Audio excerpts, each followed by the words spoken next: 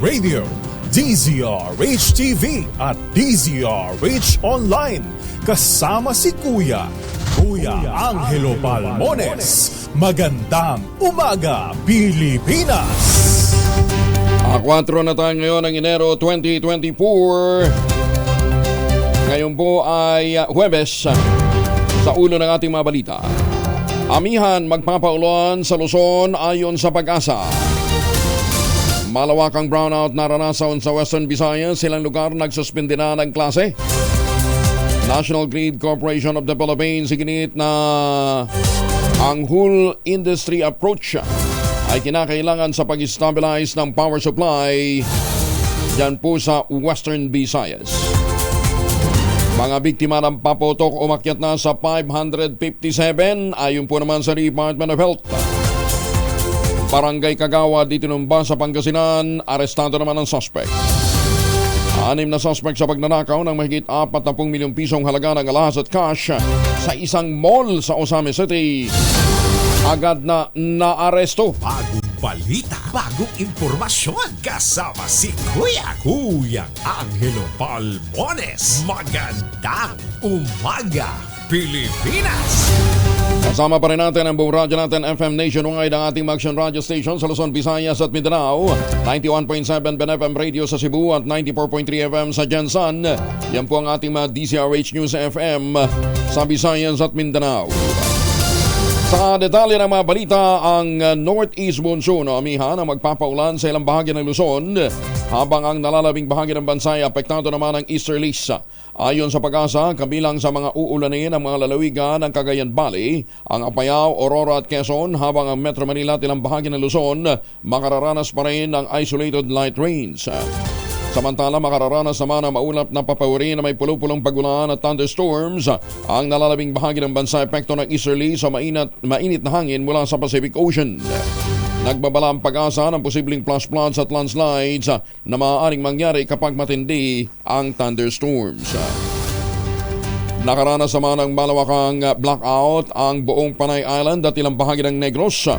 Nabatid na mula pa noong Martes ng gabi, 4 na lamang sa 13 power plants ang nagrarasyon ng 40.3 megawatts na kuryente sa buong Panay.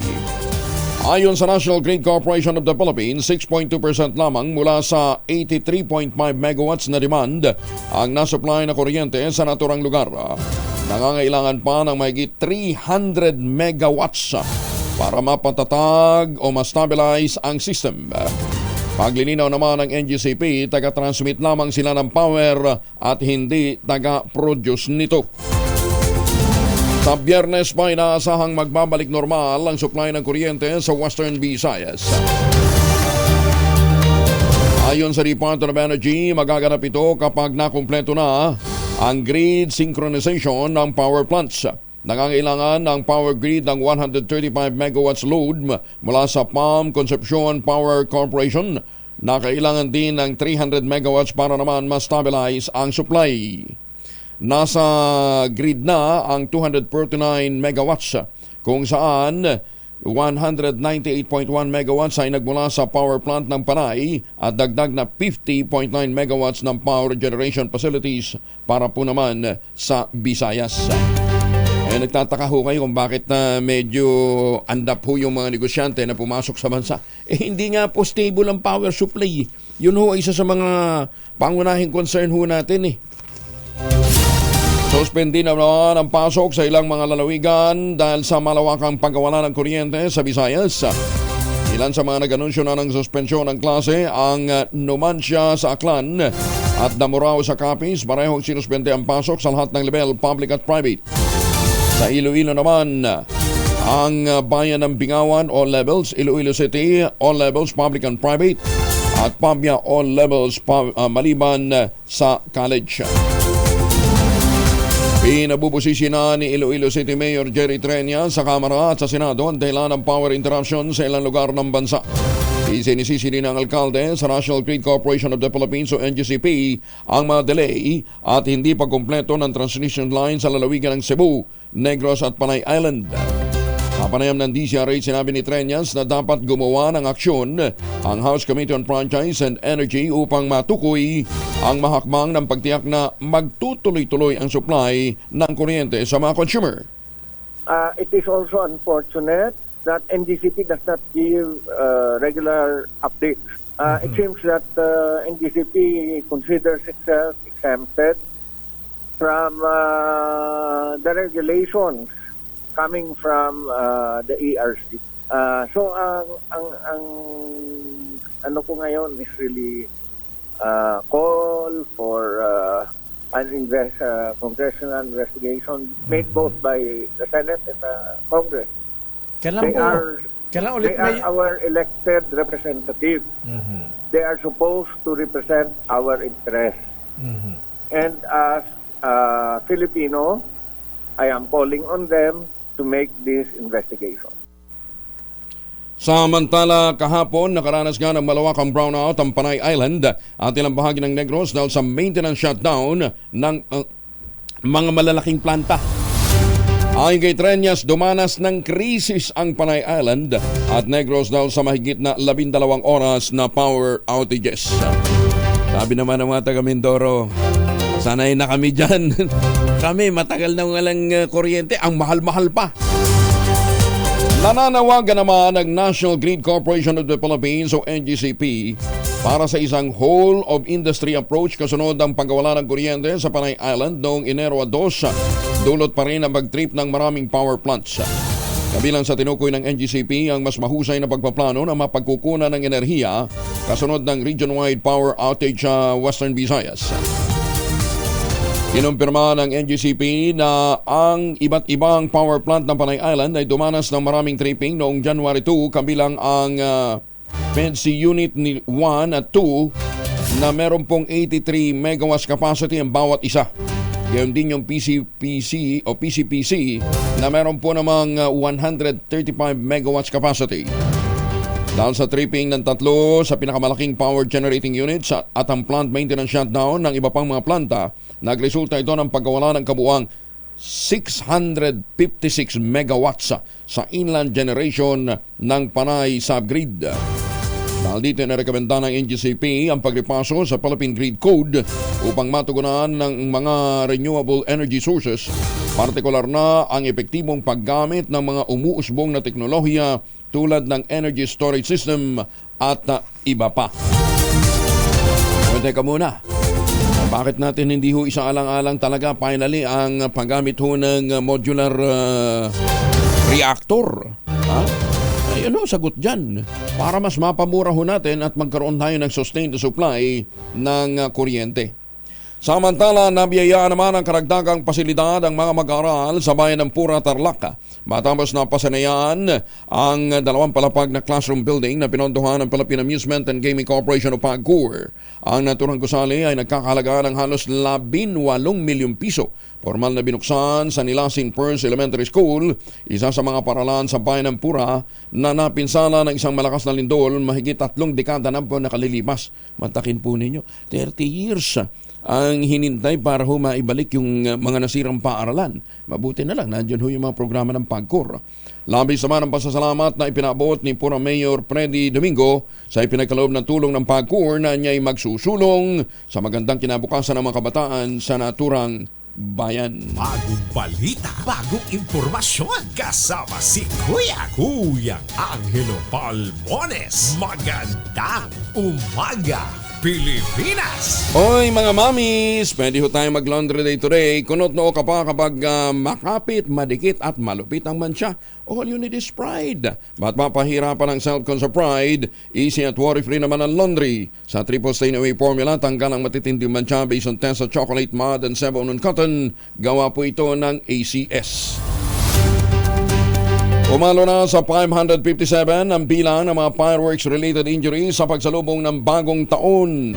Ito ay matapos na dumagdag sa listahan ng Department of Health ang 114 na panibagong biktima ng paputok sa bansa. 555 mula sa kabuuang 557 ay nasugatan ng paputok, isang nakalunok ng Watusi. May Watusi pa rin. Aba, sa hinaba-haba ng panahon may Watusi pa rin, ha? Yun na naman kayong buwisit na nagbibenta nito, ha? Isa naman ang tinamaan ng ligaw na bala. Mayorya sa mga kaso ay naitala sa National Capital Region, sumusunod ang Ilocos Region, Central Luzon at Calabarzon.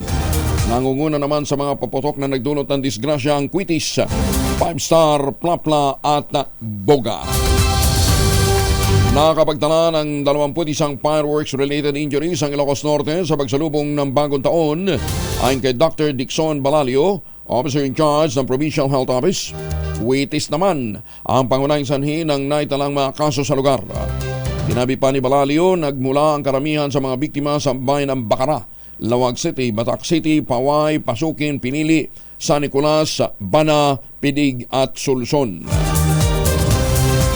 Patay ang isang kagawad matapos na barilin sa barangay Salay, Mangaldan, Pangasinan.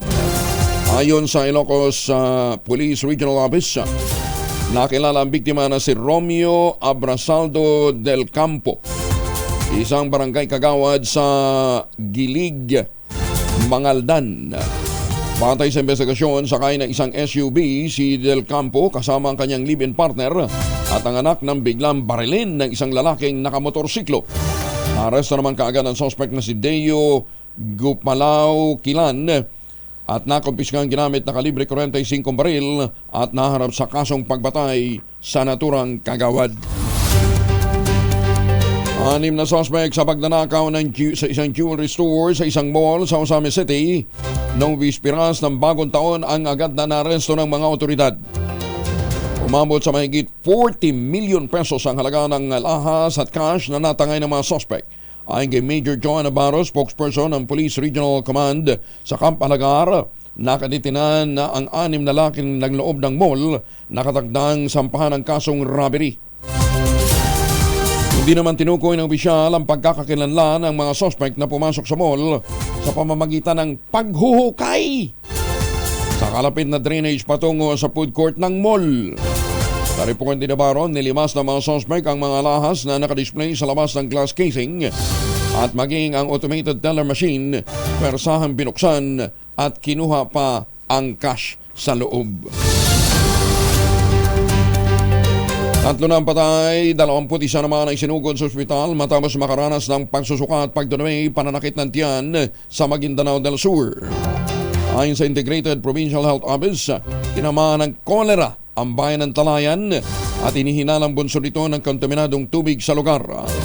Nabatid sa isinagawang investigasyon ng Health Department, galing sa poso ang iniinom na tubig ng mga biktima. Bagong balita, bagong impormasyon. Kasama si Kuya Angelo Palmones. Magandang umaga, Pilipinas! Nalibing naman ang buhay ang 3 miyembro ng isang pamilya sa landslide sa Purok 3, Barangay Palok sa Maragusan, Davao de Oro. Kinilala ang mga biktima na sina Losita Emehio, 58 anyos, mister nitong si Jesus, 59, at apong si Benji, 7 taong gulang lamang. Nangyari ang trahedya alas 3 sa madaling araw habang mahimbing natutulog ang mga biktima. Sa ulat ng pulisya, sinasabing lumambot ang lupa kung saan nakatirik ang bahay ng mag-asawang Emehio dahil sa patuloy na pagulan hanggang sa tuluyan itong bumigay at nangyari nga ang landslide. Sinubukan pang iligtas ang bata matapos na mahukay siya ng buhay, ngunit nalagutan din ang hininga bago makarating ng ospital. Ayan, sige, kalbuhin nyo pang bundok. Alam mo ninyo, habang kinakalbuhin ninyo ang bundok, habang patuloy yung mga illegal na mga quarry sa iba't ibang paigi ng kapuluan, habang hindi natin pinangangalagaan ng gubat, ay nalalagay sa panganib ay yung mga kawawa nating mga kababayan na walang kakayahang umalis diyan po sa mga danger zone na yan. Pinugutan ng isang lalaki ang kanyang kapitbahay sa Bayugan City, Agusan del Sur dahil lamang sa alitan sa bulaklak. Plantito at plantita pala ito. Hindi pinangalanan ng pulisya ang biktima na isang 65 taong gulang na babae. Ang suspect naman ay si Mario Portun. Ayon kay Police Lieutenant Colonel Shalon Pay Cornelio, EPE ng Bayugan City Police, nagsimula ang alitan ng dalawa dahil sa tanim na bulaklak ng biktima na ikinagalit ni Portun dahil nakaharang umano sa kanyang dinaraanan. Dahil dito nagkaroon ng mainitang pagtatalo ang dalawa hanggang sa dumating lang si Porton sa bahay ng biktima may dalang kahon na kanya umanong regalo. Pero nang buksan ito, doon nakalagay ang bolo na ginamit ng suspect sa pamumugot. Kaya sa kanya ipinagmayabang ito sa kanyang mga kainuman yung pugot na ulo ng biktima. May tama nga ito sa utak. Oo. May tama ho ito sa utak. Mantakin ho ninyo, pinagmalaki pa yung krimen na ginawa. Nahuli na si Porton at tinahanda ng kaso laban sa kanya. Isang dayuhan naman ang natagpuang wala ng buhay habang palutang-lutang sa Pasig River sa barangay Bagong Ilog, Pasig City. Isang security guard sa lugar na nakakita ng bangkay kaya agad itong nag-report sa barangay. Ayon sa Pasig City Police, wala silang nakitang ID o anumang makatutulong para makilala ang biktima. Ito ay nakasuot lamang ng pulang t-shirt at may logo na isang tindahan sa Mandaluyong City. Ang biktima ay tinatayang nasa edad 50 hanggang 60 taong gulang at posibleng ilang araw na ring patay. 19 na minuto na makalipas ang alas 4 ng umaga. 17 lalawigan naman sa Luzon ang nanganganib na makaranas ng drought o tagtuyot sa pagtatapos ng Enero dahil sa epekto ng El Nino phenomenon. Ayon kay Nathaniel Servando, OIC ng Pag-asa, posibleng maapektuhan ito ang iba't ibang sektor na sensitibo sa klima tulad ng water resources, agriculture, energy, health, public safety, gayon din ang iba pang pangunahing sektor. Paliwanag pa ni Dr. Servando, ang malakas na El Nino ay nasa Tropical Pacific at nagpapakita ng palatandaan na higit pang titindi ito sa mga darating na araw habang ang temperatura sa ibabaw ng dagat ay umabot na sa mahigit 1.5 degrees Celsius.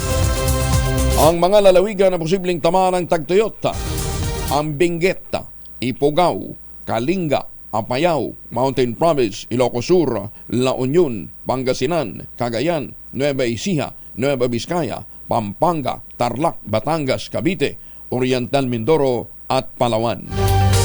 Tako, lahat ho ito mga agricultural regions at nagpo-produce po ng bigas. Nueva Ecija, Nueva Vizcaya, mga ito nasa mga Central Plains, Pampanga, Tarlac. Ay, sus may Ginoo. Kaya maganda ho yung programa ng Department of Agriculture ngayon na ipinupush na ang mix ng rice and corn. Antabayanan po ninyo sa mga susunod na araw, palawigin ho natin yung talakay natin tungkol po dyan. Magandang umaga, Pilipinas! Maraming gustong tumangkilik dito, Mr. President, kaya lang hindi ho available sa market. Nasa Bikutan Market ngayon si Noche Queca, Sari 27. Good morning, Noche. Mayong buntag Kuyang Angel, ngayong Thursday morning, ito na yung presyo ng mga pangunahing bilihin dito sa Bikutan Market. Ang bigas Kuyang Angel, yung special sa local rice, 60 pesos ang kilo, habang ang pinaka-premium rice ay 55 o 50, yung well milled rice, 52 pesos ang kilo. Ang bangus Kuyang Angel, yung medium size, 200 ang kilo, habang ang tilapia 140 ang alumahan, 350 ang kilo.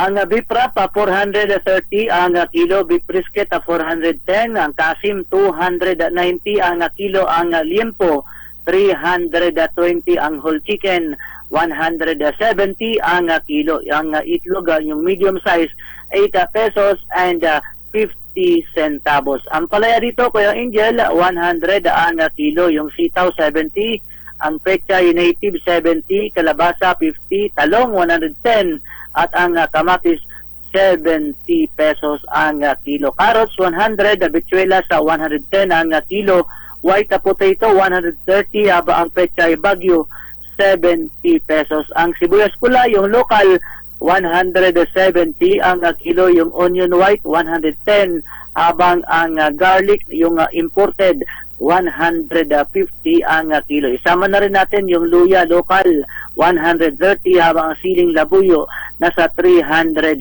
ang kilo. Kalamansi 90, lakatan 90, ang natundan 65, papaya yung solo 60 pesos, habang ang mangga 180 ang kilo. Isama na rin natin sa mga magkakape ngayong umaga gamit ang sugar white 100 pesos ang kilo. Sugar was 90, ang sugar brown naman 84 pesos. Palm oil 350 ml 28 pesos, habang palm oil 1 liter 75 pesos. Yung coconut oil 350 ml 29, habang ang coconut oil 1 liter 82 pesos. So yan ang presyo ng mga pangunahing bilihin ngayong Thursday morning dito sa Bikutan Market sa lungsod ng Taguig. Mula sa kanunan sa Pilipinas, DCRH. Yes. Tingnan mo nga kung yung iba pang mga palengke na maiikutan mo within the week, ha, kung may binibentang corn grits. Corn grits ba? Corn grits. Kana mais ba nga pwede ka noon? Oo. Yung titingnan natin, pero so far ako Angel sa ating pag-iikot wala pa tayong nakikitang mais. Maulagi na ba? Wa sila maanad og kaon og mais di sa Metro Manila. Hindi ko mukha sa Visayas at Mindanao, di ba? Talagang ibinebenta yan sa mga palengke. Ay, sobra. Oo, lalo na sa Negros sa amin, Kuya Angel, yan ang mais ang kinakain namin sa probinsya. Oo, kami naman sa Mindanao, mix naman, corn and rice, ano ha? Okay, namumroblema tayo sa dumadaming kaso ng diabetes hindi natin alam, malaking maitutulong ng pagkain po ng corn grits, ano, o yung mix ng rice and corn, ano, para mapababa natin ang problema natin sa diabetes. Yun ang kailangan natin maraming hindi. Anyway, yan ang focus ng magiging focus ng gobyerno, ano ha? Magkano ulit ang premium? Premium rice? Na bigas sa Angel ay nasa 55 pesos ang kilo. Yung milled rice naman 52 pesos, pero yung pinakamahal dito Kuya Angel sa local rice, yung special 60 pesos Kuya Angel. Wala na jud tong 42, no? Wala na. Murag mangando yun. Samot ang 20. Ay, na. Kalahating kilo, kahit kalahating kilo, wala. Hindi, mahal. Wala pa rin. Kung kalahating kilo, 52, edi, ano pa rin, 26 pa rin. Diba? Alam mo, pinakakailangan talaga sa atin na Kuya Angel, lalo na yung mga lower class, nasa yung bigas talaga ang mura ang ihanap talaga Kuya Angel. Okay, 36 lang sabi ni Dr. Art Salazar, yung nagpo-push ng corn grits mix ng corn grits at 36 lang ang kilo ng corn grits Ay, mura-mura Kuya Angel. Barato. Mas mura kaya nga, 'di ba? Napakagandang programa sana niyan para masiguro natin ang food security. Matagal kang gugutumin na Kuya Angel sa mais. Anyway, sige, antabayan na natin at tingnan natin kung saan ito available. Kaya yung tinatawag na binlod ayun ang binlod. Pagkaon mo sa manok, kung buwangan ni mo. Corn grits lang yun. Corn grits lang. Sige, okay. Dagan salamat. Okay, balik sa iyo Kuya Angel. Ayun, sabi dito sa Masbate, 46 per kilo ang mais. Yun daw po ang kanilang isinasaing ngayon. Magandang umaga po sa mga taga Masbate at sa mga suki natin dyan sa San Diego, USA. Bagong balita, bagong impormasyon, kasama si Kuya Angelo Palmones. Magandang umaga, Pilipinas! Yung ang kaibigan ko sa diabetic siya, may problema siya dahil mataas talaga ang kanyang blood sugar, nung ma-introduce sa corn grits, hindi mix ng rice and corn. Ang ginawa niya talagang solid corn. Pag pumupunta ng restaurant, may baong sariling kanin totoo. May isang baon siya sariling kanin. Dahil sinasabi niya, ba't pa ako bibili ng rice doon? Talagang bumaba ang aking sugar level. Ay mga misis, amoy araw ba si Bonso pag-uwi galing ng eskwela? Abay dahil yan sa germs sa katawan nila para labanan ang amoy araw at amoy pawis, gumamit ng Shield Bath Soap regularly. Unbeatable ang Shield sa paglaban sa germs versus another brand may shea butter. Pampalambot ang kuti sa presyong abot kaya $12.50 SRP. Kaya mga misis ay challenge you, subukan ng Shield Bath Soap. Galit sa sakit, may malasakit, sulit na sulit. Umabot na sa 570 na mga replika ng itim na Nazareno ang nabasbasan sa Quiapo Church kahapon lamang huyan. Nagsimula ang replica blessing alas 12 ng tanghali, mas maaga kumpara sa schedule na 1:30 ng hapon. Masusundan ito mamaya ng 1:30 din. Ayon sa pamunuan ng Quiapo Church, ginawa nilang 2 araw ang replica blessing upang maiwasan ang pagdagsa ng mga deboto. Ay naman kay Siljan Prias Cabrito, ang Quiapo Church Communication Coordinator. Mayorya ng mga participants ay mula sa 3 grupo ng Hijos de Nazareno mula sa iba't ibang samahan ng Maynila, Bulacan, Rizal at Cavite. Magbibigay ang Taguig City LGU ng pansamantalang telekonsultasyon sa 10 Embo Barangay matapos ang pagkawala ng serbisyong medikal nila mula sa Makati City. Ayon sa lokal na pamahalaan ng Taguig, sa pamamagitan ng telekonsultasyon, magkakaroon sila ng libreng medical check-up at prescription o laboratory requests. Sinabi ng Taguig LGU na bukas din ang 31 health centers sa 3 super health center ng Taguig para sa mga pasyenteng sakop ng mga Embo Barangay. Isang barangay naman sa Bataan naglunsad ng programa na 1 kilong basura palit 1 kilong bigas. Ba? Pwede yan. Detalye na balita mula kay Danny Comilang, RH37. Danny. Naglunsad ng programa ang isang barangay sa Bataan na ang 1 kilong basura ay papalitan ito ng 1 kilong bigas. Programa itong inilunsad ng Barangay Alangan sa bayan ng Limay sa pangunguna ni Barangay Chairwoman Teresita de la Ria. Sa panayam ng DCRH News ni RH37 kay Barangay Chairwoman, sinabi na malaking kabawasan ito sa itatapon ng basura ng kanyang mga kabarangay na itatapon na lamang aniya, kapalit nito ay bigas na pangsaing. Ayon sa kanya, ang mga basurang itatapon ay dapat ilagay sa 1 litro ng coke na gugupitin ito ng maliliit na mga basurang may foil tulad ng sesto. Kaakibat ito sa kanilang programa na Clean and Green sa barangay. Dahil dito nananawagan siya sa kanyang mga kabarangay. Mga kabarangay, i-ready nyo po at dalhin po dito yung mga waste nyo para makabawas po tayo ng basura. At imbis na itatapon nyo na ay magiging kapalit nito ay bigas sa pangsaing po. Siyempre, dagdag pangkabuhayan nyo po. Mula sa kauna-unahan sa Pilipinas, DCRH, ito si Danny Comilang.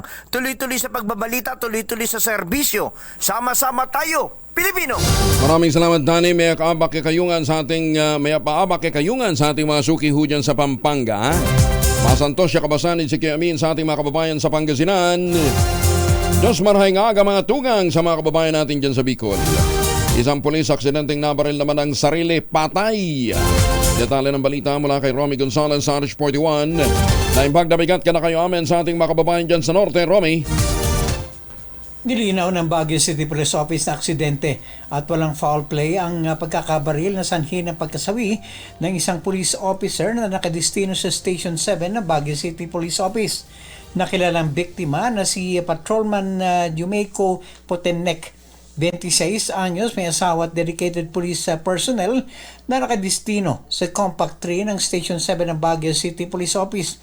Batay sa investigasyon, abala umanong pinupunasan ng biktima ang kanyang service firearm na isang Sigana PX 9mm pistol sa kanilang bahay. Lumabas ito sa bahay at pagkatapos ng ilang sandali ay bigla umanong nakarinig ng putok ang kanilang pamilya mula sa labas ng bahay. Nakita nilang duguan ng police officer at mabilis nilang isinugod sa Baguio General Hospital and Medical Center, subalit idineklara itong dead on arrival ng attending physician. Nagtamo ito ng isang tama ng bala sa kanang sentido at tumagos sa kaliwang sentido. Prinoseso ng SOCO team ng City Forensic Unit ang crime scene at na-recover ang isang basyo at tingga ng bala. Kaugnay nito ay pinapaalala ni Colonel Francisco Buluan Jr., City Director ng Baguio City Police Office, ang prinsipyo ng kaligtasan sa paggamit ng baril na itinuro sa kanila para maiwasan ang anumang uri ng aksidente. Tinayak naman ng Baguio City Police Office ang tulong pinansyal na ipagkakaloob sa pamilya ng yumaong police officer. Mula sa kauna-unan sa Pilipinas, DCRH, ito si Romy Gonzalez, tuloy-tuloy sa pagbabalita, tuloy-tuloy sa serbisyo, sama-sama tayo, Pilipino. Maraming salamat, Romy. Jose Gina, aplikante naman sa Bureau of Jail Management and Penology para maging jail personnel, abad magsasabay ng Palo Leyte. Detalye ng balita mula kay Jimmy Angay-Angay, RH32, maupay nga aga, Jimmy. Pumalo na sa mahigit 500 na mga aplikant sa Bureau of Jail Management and Penology sa Eastern Visayas. Ito ang sinabi ni BG Imperial Director Chief Superintendent Delvic Orero. Ayon kay Chief Superintendent Orero, na karamihan dito mga licensed criminologist, mga honor student, Civil Service Commission professional, Civil Service Penology Officer eligible. Ini-schedule na ang interview ngayon kung anong araw at pitsa ang mga aplikant para sa pagpasa ng mga requirement. Pipiliin ng BGMP ang pinaka-best para mapasok sa BGMP Regional Office na kailangan sa buong Eastern Visayas. Dahil kunti lang ang quota, mahirapan ang naturang ahensya sa pagpili sapagkat pasok lahat ang mga aplikant sa kanilang qualification.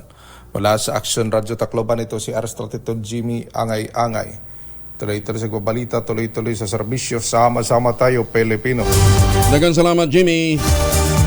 34 makalipas ang alas 4, saan man ang lakad ho ninyo ngayon, bagaunin ang inyong mahal sa buhay ng proteksyon laban po sa mikrobyo. Dalawang formulation ng Family Alcohol na pwede nating pagpilian. Yung Family 70% ay isopropyl alcohol, specially prepared for clinics, hospital, pharmacies, laboratories. Pero okay na okay din po yan sa mga households, lalong-lalo na sa ating mga emergency kit. Ano, ha? Very effective sa disinfection at sterilization. Ganyan po ang bagsik ng Family 70% ay isopropyl alcohol. Maghapon man yung gamitin, no problem. Hindi po manunuyo ang inyong mga kamay dahil meron po itong moisturizer. Yun namang mabagong Family Rubbing Compound Improved Alcohol. Ayan ho yung mabangong isopropyl alcohol na ginagamit ng mga masahista, mga barbero, mga doktor, mga nurse, mga komadrona. Ginagamit yan for sponge bathing and other cleansing purposes. Family Rubbing Alcohol parang DCRH book na sa mahabang panahon. Mabibili sa naman butik at convenience stores nationwide. Family Rubbing Alcohol, hindi lang pampamilya, pang sports pa. At muli, magandang umaga po sa ating pong mga komadrona. At sa mga blind masseur sa mga airport, binabati nila, pinapaalalahanan si Supremo.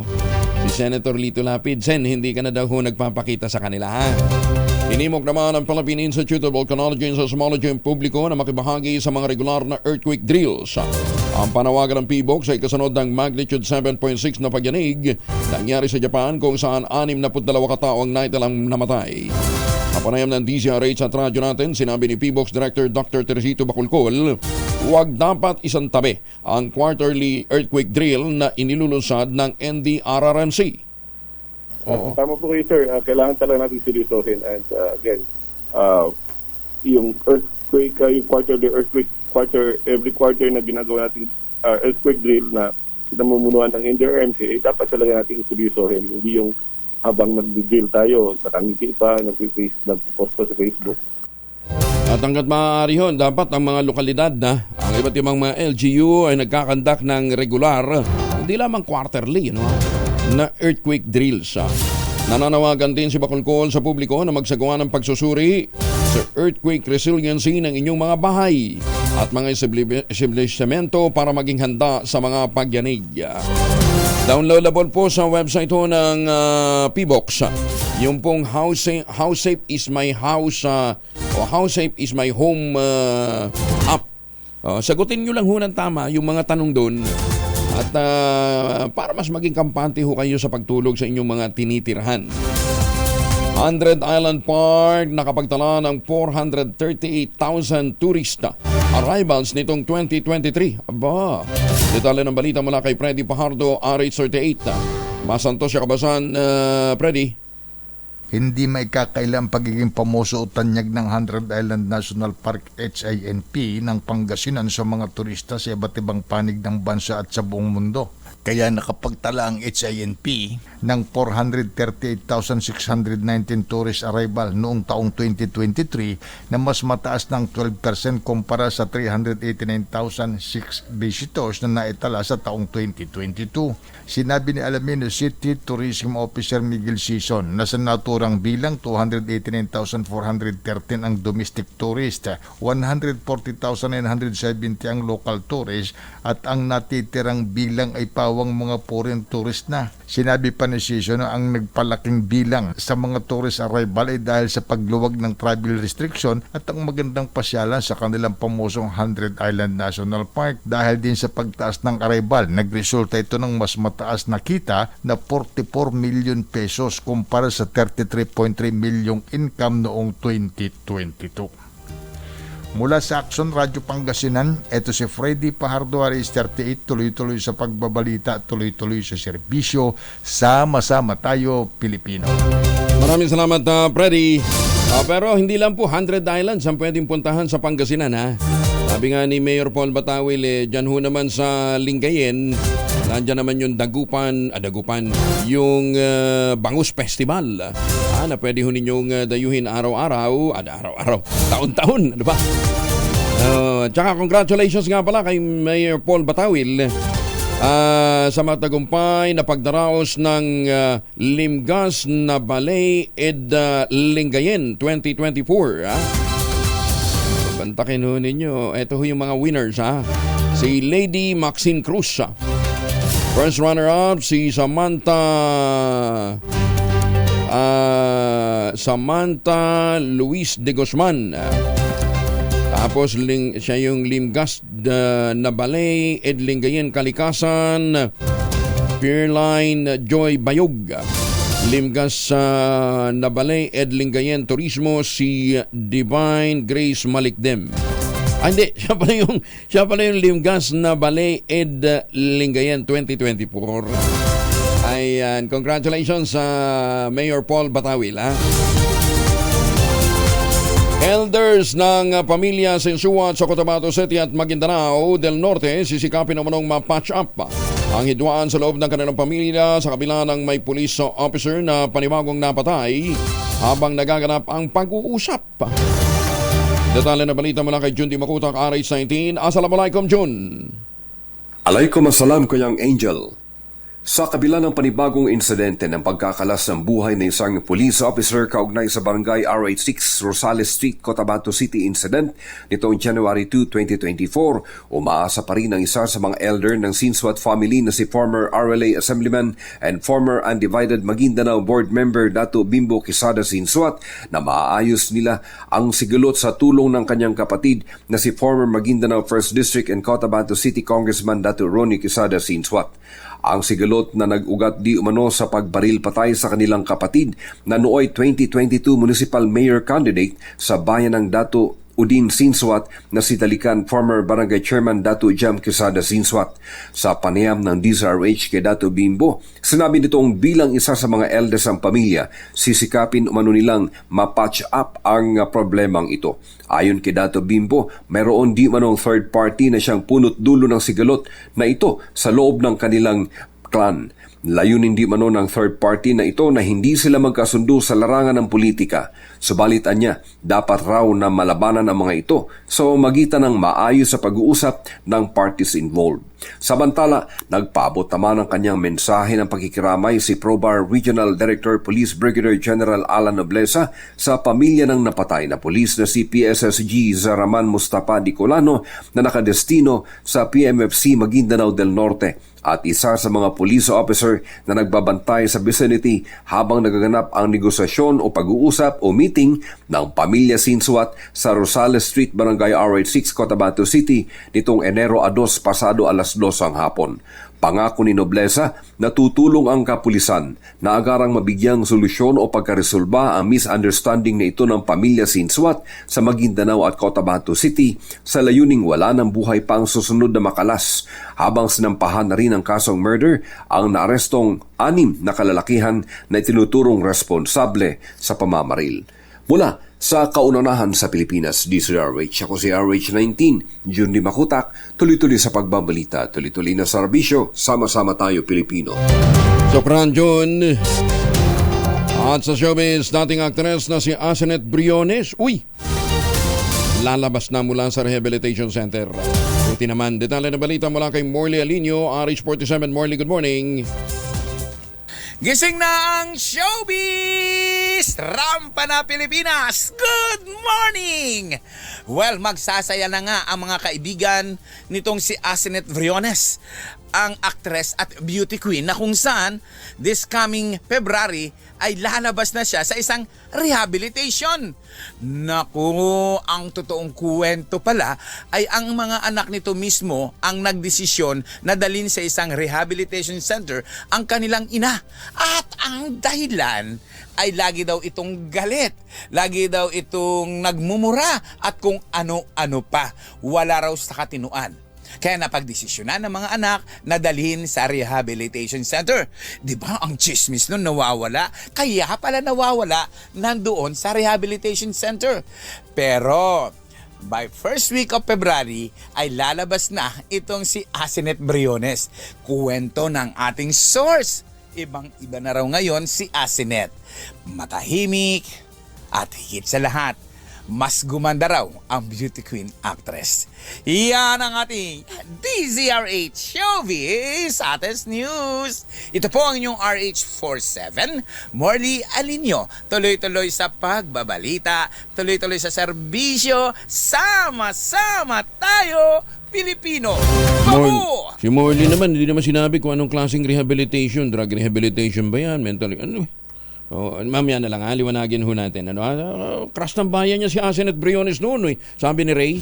Magandang umaga, Pilipinas! 44 makalipas ang alas 4. Champion, gawang peerless na 60 years ng tapat na walang katapat.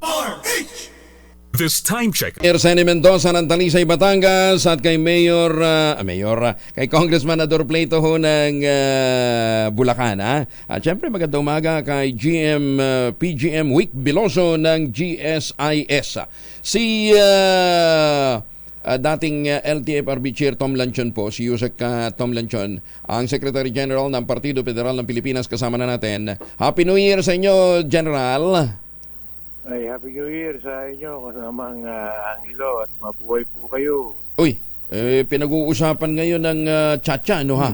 At di ba, mainit sila dito sa term extension at mga economic provisions na kailangan baguhin. Ang Partido Federal ng Pilipinas, anong posisyon?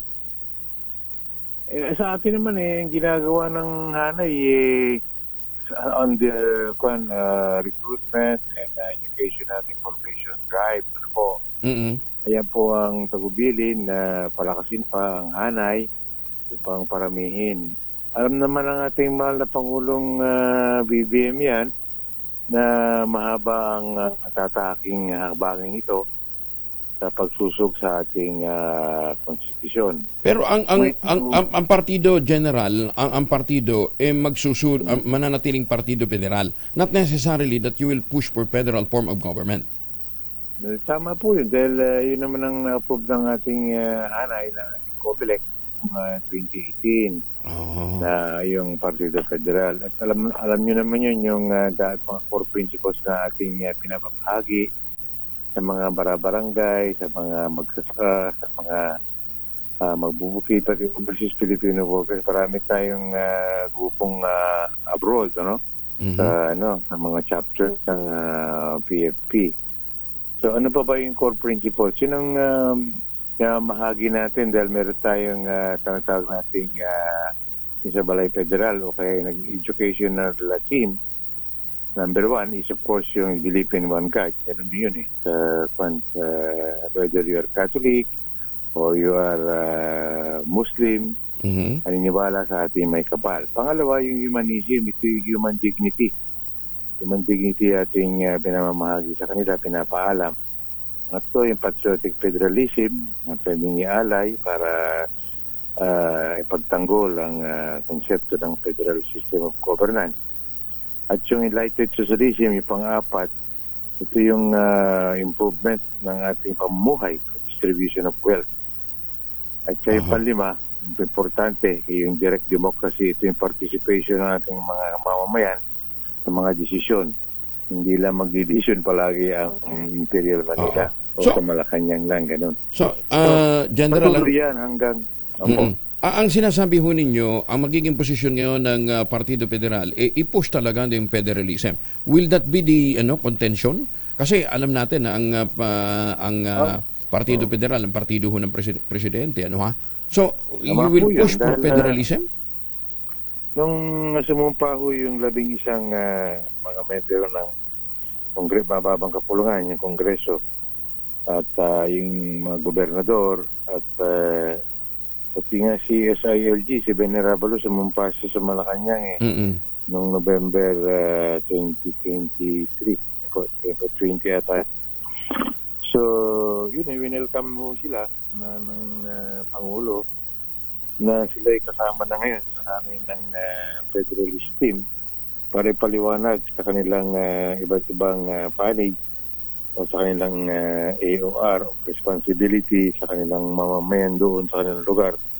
Ano ba ang vision at mission at ang ating patutunguhan towards yung Philippine tawag nga yan ang bagong adhikain ng bagong Pilipinas. Ano po?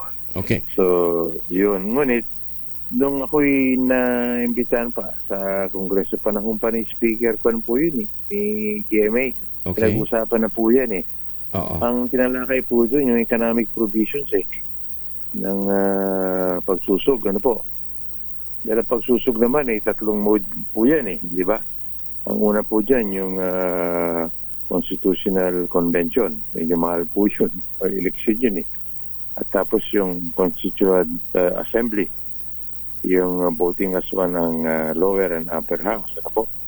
At yung pangatlo, yung People's Initiative, na medyo masilimuot din yun, yung akbang yun. Doon sa pagpupulong na yun, sa mababang kapulungan, nagkaroon ho ng pagtalakay po doon sa economic provision muna. Yun ang ating napagkasunduan Oo. Pati ata sa Senado, yun ang ating yun naman, all the while, yun ang paniniwala natin, economic provisions lamang yung babaguhin. Pero kung ang sinasabi ninyo, ang direksyon ngayon is shift towards federalism, that's another story. Iba po yun. Ibang pagkaya sa pagdidebate po ron, sa mga ngilo, ako'y nandun, sila ang nagsusulong ko sa lower house, si Congressman Rufus Rodriguez.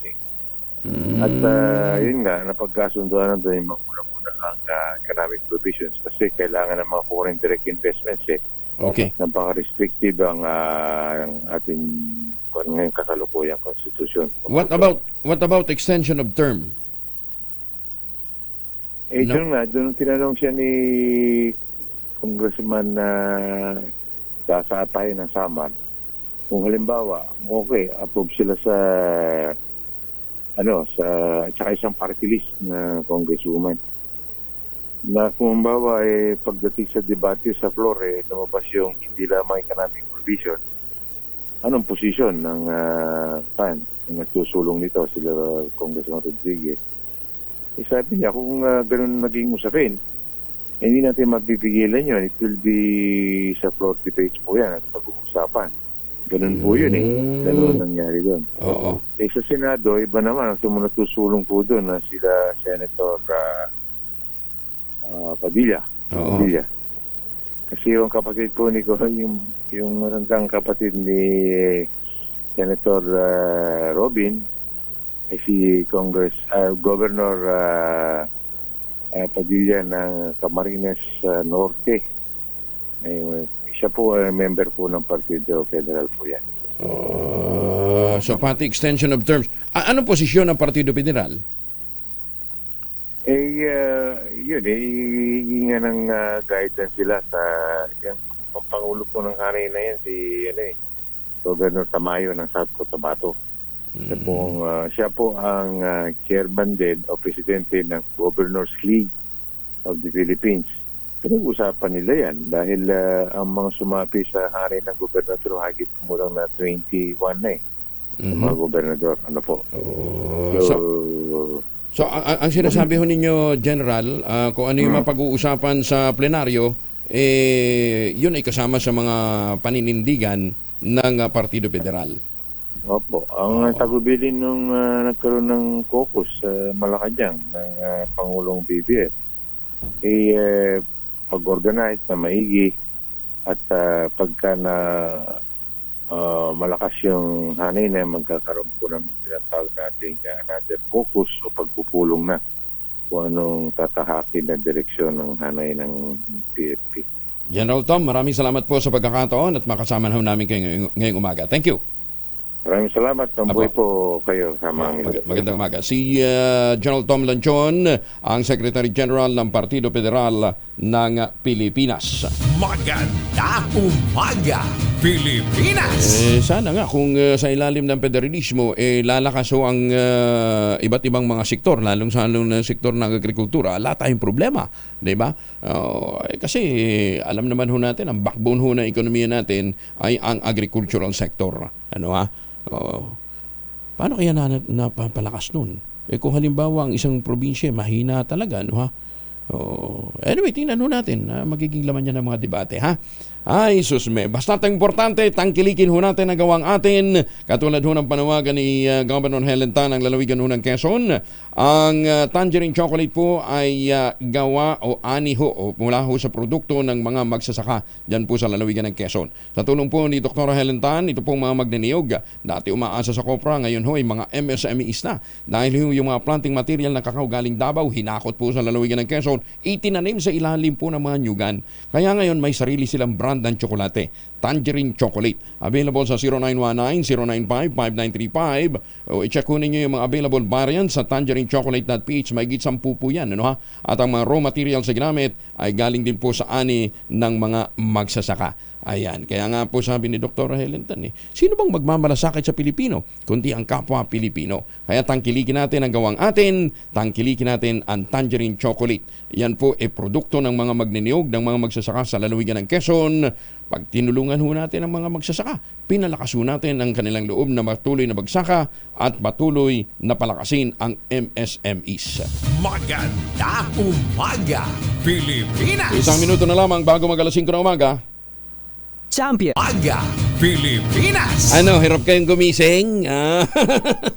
Hirap kayong bumangon. Para bang ala kang gana dahil puyat ka, meron kang sleep deficiency, di ba? Resulta ho yan ng siguro masyado kayong abala o marami kayong masyadong iniisip. Kaya kinakailangan ho ninyo ng kaagapay para magkaroon ho tayo ng quality sleep. Alam mo naman nyo, pagka magandang tulog, magandang gising. Pagka magandang gising, meron ho tayong magandang disposisyon sa buhay. Ayan. Sabi nga ho sa pag-aaral, ang sleep deficiency, puyat at stress, ang isa sa mga dahilan kung bakit meron ho mga sakit sa puso, hypertension, diabetes, stroke, obesity, poor sexual performance at depression. Kaya naman, da-develop po ng mga Hapon ang postbiotic ka. Ang postbiotic po naman ay dinala ng Theoxis Health Ventures sa Pilipinas sa pamamagitan ng Ultabio. Ang Ultabio ang kauna-unahang postbiotic food supplement na rehistrado sa Food and Drug Administration at nire-recommenda ho ng mga doktor. Kaya para magkakaroon tayo ng magandang tulog, magkaroon ng magandang gising, Ultabio. Rekomendado po yan ng mga doktor dahil nga ang sinasabi ho nila, kinakailangan talaga malabanan ho natin ang mga stress sa buhay sa pamamagitan ng pagkakaroon ng quality sound sleep. Yung bang umaabot ka dun sa port level ho ng tulog. Yan, yung talagang mahimbing ang tulog. Available po yan sa Lazada, Shopee at TikTok. Siguraduhin lamang ho ninyo na yung Ultabio ay galing sa Theoxis Health Ventures. Ayan O kung may mga concerns ho kayo, mag-text ho kayo sa 0917-110-6580 para po sa karagdagang impormasyon. Available po ang Ultabio sa Mercury Drug Stores. Diyan po naman sa Davao at sa Cotabato bukod sa Mercury. Available na rin po sa Amesco Drug, sa John's Pharmacy sa Zamboanga at diyan po naman sa San Pedro Laguna sa Pasmed Pharmacy. Bagong balita, bagong impormasyon. Kasama si Kuya Angelo Palmones. Magandang umaga, Pilipinas! Tuloy tayo sa mga balita. Target ng Government Service Insurance System o GSIS sa magkaroon ng isang programang pabahay para sa mga empleyado ng gobyerno. Ayon kay GSIS President Arnulfo Wick Veloso, paano nilang magbigay ng no down payment housing program sa mga government employee. Isa rito ay itatayo sa Fairview sa Quezon City, isa naman sa Cogyo, Antipolo City. Aba! Binigyan din pa ni Veloso na ang plano nilang pabahay ay magsisilbing game changer dahil wala itong down payment. Bukod dito, sinabi ni Veloso, target din nilang mag-alok ng housing program para sa publiko bukod pa sa kanilang pagpapaupan na may opsyon na bumili ng programa para sa kanilang naremetang ari-arian. Laboratory School ng mga SUCs mananatili kahit wala ng senior high school program ang CHED. Aba, maganda din ho yan. Detalye ng balita mula kay Let Narciso, RH14. Let, good morning. Nilinaw ng Commission on Higher Education na papayagan pa rin ang laboratory schools sa public higher education institutions. Ito'y kahit pa ipinahihinto na ang pag-aalok ng senior high school programs sa state universities and colleges at local universities and colleges. Sa Bagong Pilipinas ngayon, sinabi ni CHED Chairman Prospero de Vera III na magpapatuloy ang Teacher Education Laboratory Schools sa SUCs. Paliwanag ni de Vera, kahit noong wala pang K-12 program, ay nag-aalok na ng laboratory programs ang ilang public universities. Gayunman, ipinaalala ng CHED na sa ilalim ng 2024 General Appropriations Act, hanggang 750 estudyante lamang ang maaaring mag-enroll sa bawat public laboratory schools. Para sa kauna-unahan sa Pilipinas, DZRH, ito si Let Narciso, tuloy-tuloy sa pagbabalita, tuloy-tuloy sa serbisyo, sama-sama tayo, Pilipino. Maraming salamat, Let Narciso. Samantala, NAIA pangunahin na makikinabang sa upgrade ng 22 airport sa bansa. Matapos na ito'y paglana ng pondo sa ilalim ng 2024 national budget. Antabayanan po na yung mga detalye. Samantala, si Kaobet Badrina mula sa Pag-asa kasama na natin. Kaobet, anong magiging lagyan ng panahon? Magandang umaga po, Sir Angel. Magandang umaga po sa lahat ng mga tagapakinig natin. Narito na po magiging lagay ng ating panahon kung saan inaasahan pa rin natin generally fair weather sa malaking bahagi ng ating bansa.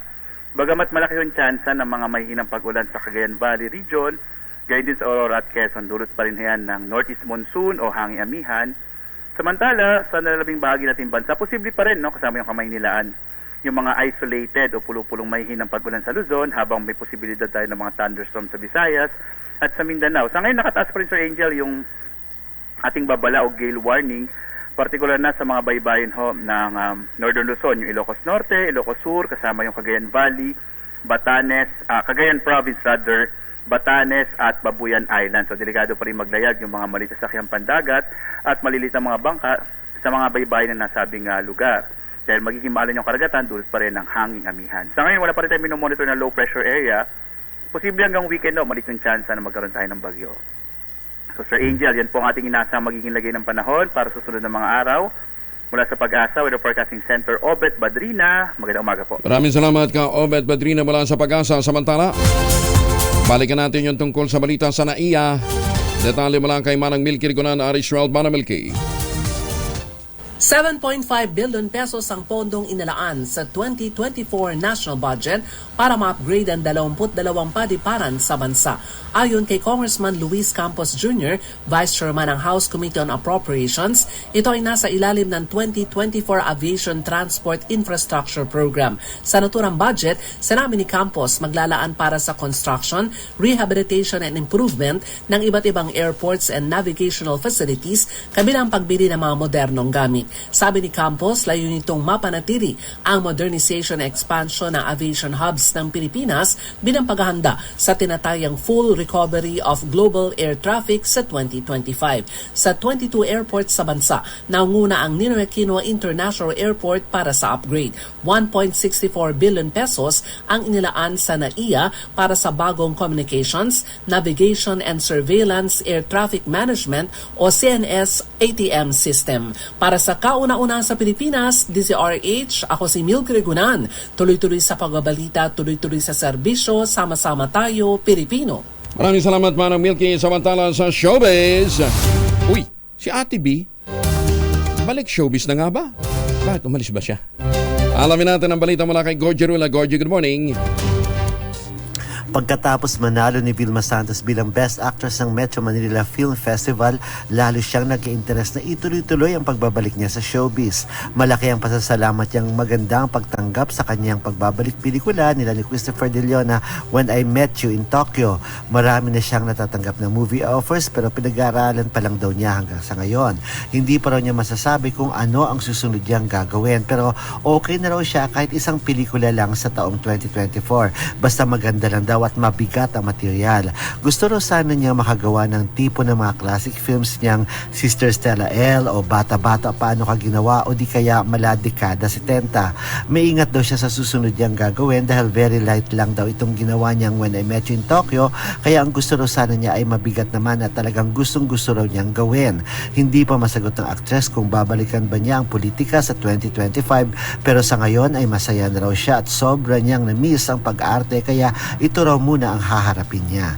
Mula sa kauna-unahan sa Pilipinas, DZRH, ito po si Gorgie Ruda, tuloy-tuloy sa pagbabalita, tuloy-tuloy sa serbisyo, sama-sama tayo Pilipino.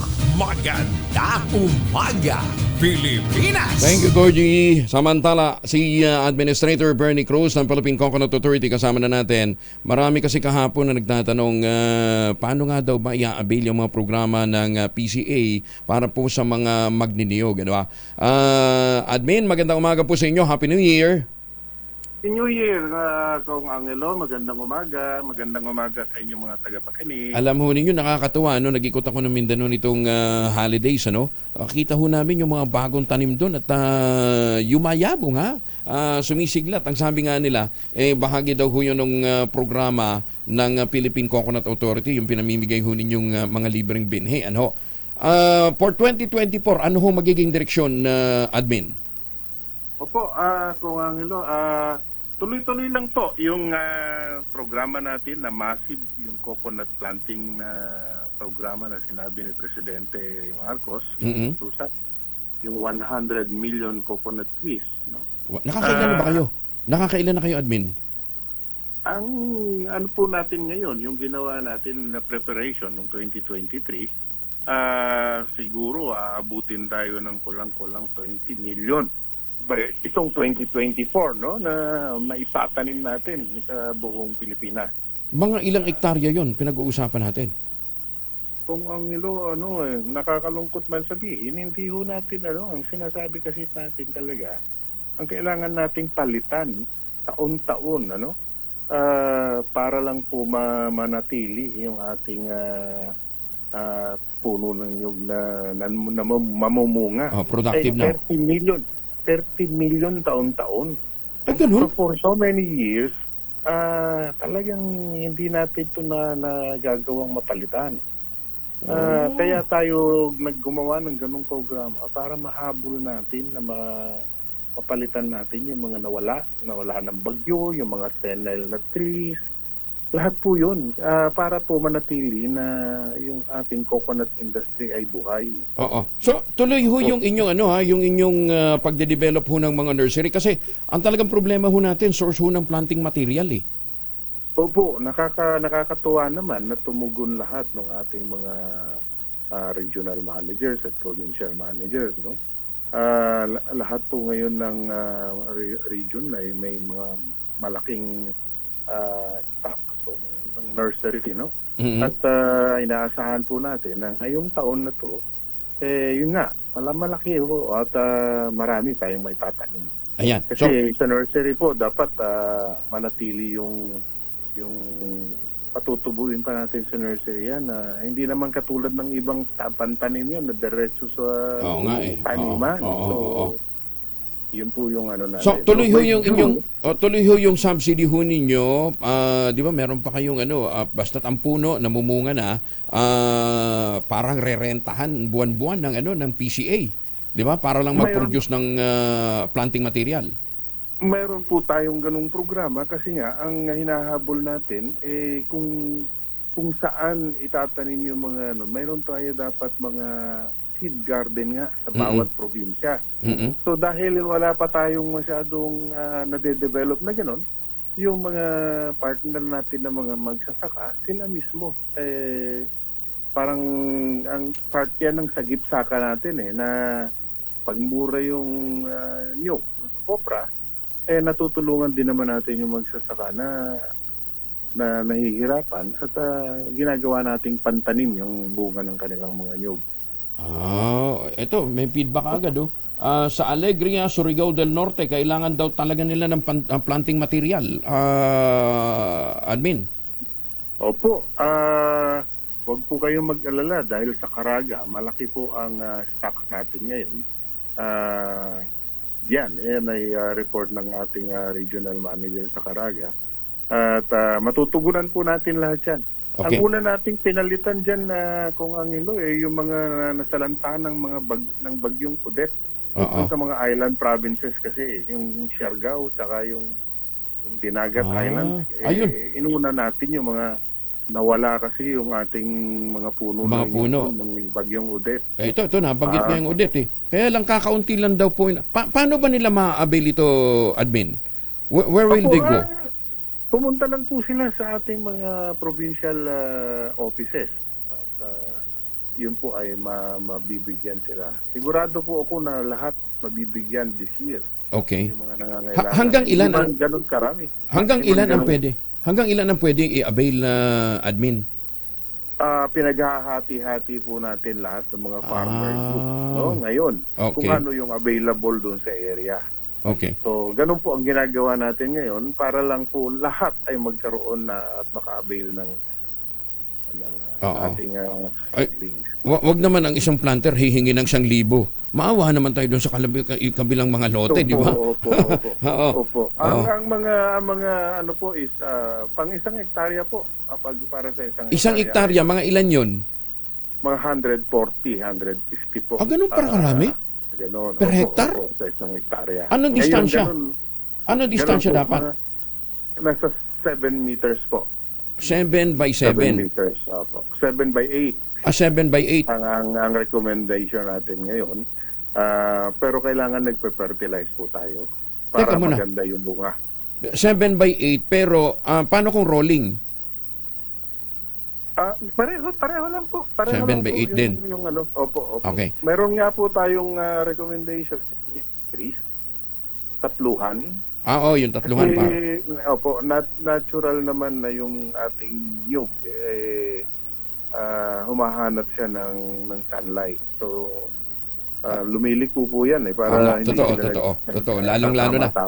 Lalong-lalo na pagka-rolling ho yung area, no ha. Teka muna, sabi ho ninyo kailangan mag-fertilize. Tuloy ba yung subsidy nyo for fertilizer? Yung po yung humingi tayo ng tulong sa ating budget. Pero pinapag-aralan pa namin kung ano yung nabigay sa amin na budget. Pipilitin po namin na makapagbigay pa rin ng fertilizer dun sa nabigay na budget sa atin. Mukhang nawala yung yung hiningi natin na budget. Akala ko, admin, manggagaling na dun sa levy yun. Dun sa naipong levy fund. Sa levy fund po, kung ang nakakalungkot na isipin, ano po talaga pang hybridization lang po yung parte na nabibigay sa PCA. Magkano yun? Yung nakaraan 2 taon, 750 million po. Sus, may Ginoo, ano mangyayari ho sa atin doon? Di ba nire-require kayo magtanim ng ilang milyong puno pagkatapos ganun yung ilalaan na pondo? Opo, pinagkakasya naman po natin yun at yun nga, itong nakaraang taon ang nagawa natin. Matutugunan natin kung ano yung requirement, pero kulang ng konti para dun sa dapat na pagsisikapan po natin kasi yung kakulangan manggagaling po dun sa ating mga centers. Opo. Nagpo-produce naman na ng pero kasi nagde-develop din ho kayo ng post-harvest facilities, nagde-develop ho kayo ng post-harvest products, kasama ho yun doon sa pondo na ibinigay sa inyo. Di ba dapat? Levy fund po yun. Di ba dapat? Tama natin ng filme. Kaya nga di ba, bibigyan, hinahanapan kayo ng post-harvest facilities, hinahanapan kayo ng, yung ayuda para sa mga programa na makatutulong sa mga magsasaka para ma-process nila, no ha? Hindi nila ibenta na buko na lang o kaya copra by itself, di ba? Opo. Pagkatapos kinaltasan kayo ng budget. Ano ba naman yan? Ano naman po, pagkakasayin po natin kung ano yung nabigay sa ating kantsawan natin. Kakantsawan natin ng Malacanang. Akala ko ba priority program to, bakit nabawasan pa yata lalo ang pondo? Apo, yung utos ni President Marcos ng nakaraang taon, tuloy-tuloy naman po at hopefully maayos natin na mayroong karagdagang pondo na mabigay pagka na approve yung ating pinadalang programa. Kasi pinagawa nga tayo ng comprehensive program at ang sabi ng Presidente naman ay nangako siya na pag naayos natin at na-approve yung mga pagbabago na kakailanganin ng coconut industry para ma-revitalize ito, ay susuportahan po niya. So, inaasahan po naman natin na yun ay tutuparin ang ating anyway, kami hong mga magdiniyog sa Mindanao, kanya-kanya ho kami. Wala ho kami natatanggap na subsidy. Anyway, sabi nga namin, ayan yung subsidy, bigyan na muna natin sa mga maliliit na magsasaka. Kaya naman natin bumili pa ng complete fertilizer, bagamat medyo may kamahalan ho talaga. Ito, admin, Oriental Mindoro, wala daw pong available. Opo, ang ano po natin, yung fertilizer po kasi ng nyug na yung salt, no? Yung asin. Opo, talagang ang require po kasi tayo na hindi tayo pwede sa imported salt. Ang ano lang natin ngayon, kakulangan is dahil kulang din yung local supply. Kulang din, kaya nahihirapan din kaming maghanap ng local supply. Bakit hindi ho tayo mag-develop ng mga salt bed in partnership with BIPAR? Yun po ang ginagawa natin ngayon. Nagsinimula natin ito last year. Okay. Kasi di ba mayroon tayong ginagawa ngayon na nire-revitalize din yung salt industry ng Pilipinas.